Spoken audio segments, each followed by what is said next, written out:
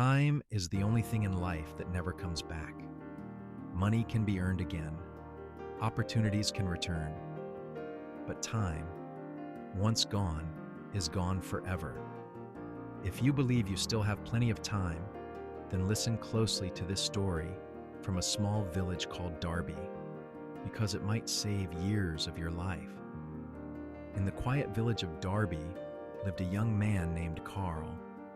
Carl wasn't poor, he wasn't unlucky, he wasn't even unintelligent. Carl had one dangerous habit. He believed tomorrow would always come. He woke up late every morning. He avoided work whenever he could.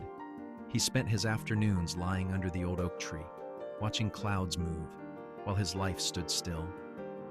When villagers said, "Carl, learn a skill," he replied, "I have time." When his father warned, "Son, youth doesn't last forever," Carl laughed and said, "Don't worry, I'll start soon." After all, why rush today when laziness feels so comfortable? Carl believed life would somehow work out. He didn't realize life doesn't reward comfort, it rewards effort. One harsh winter, everything changed. Carl's father fell seriously ill. The strong man who had carried the family for years could no longer work. Suddenly, the responsibility of the house fell on Carl's shoulders. Carl went to the villagers asking for work. They asked simple questions. "What can you do? What skills do you have?" Carl stood silent. His hands were soft. His body was weak. His discipline, non-existent. Days passed. Money disappeared. Food became limited.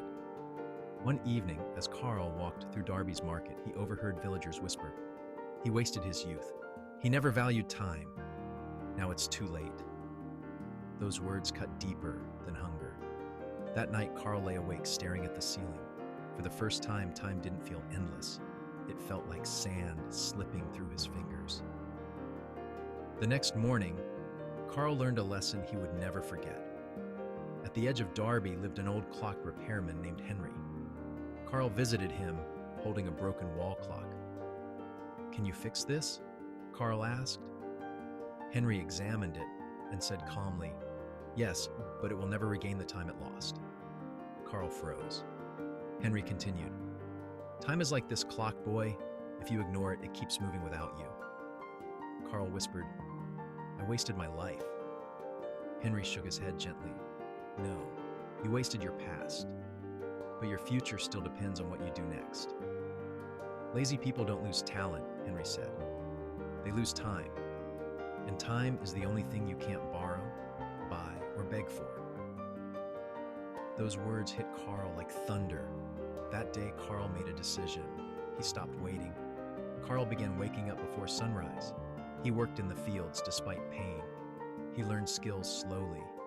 He earned little, but honestly. People laughed at him at first. "Look at Carl pretending to work." But Carl didn't stop, because now he understood something powerful. Hard work is painful, but regret is permanent. Months passed. His hands grew rough. His body grew strong.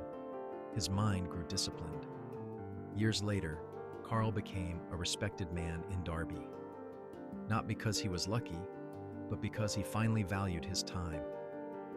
One evening, sitting under the same oak tree, Carl whispered quietly, "I wish I had started earlier." Carl's story is not rare. It's happening everywhere. People don't fail because they lack ability. They fail because they waste time. So ask yourself honestly, how many days have you postponed your dreams? How many chances have you delayed? Remember this, time is moving, whether you act or not, and one day you'll either say, "I'm proud of how I use my time," or you'll say, "I wish I had," and that regret is heavier than any hard work. Value your time. Protect it. Use it before it becomes the one thing you can never get back. This is Tales That Inspire. If this story woke you up, share it with someone who still believes they have time.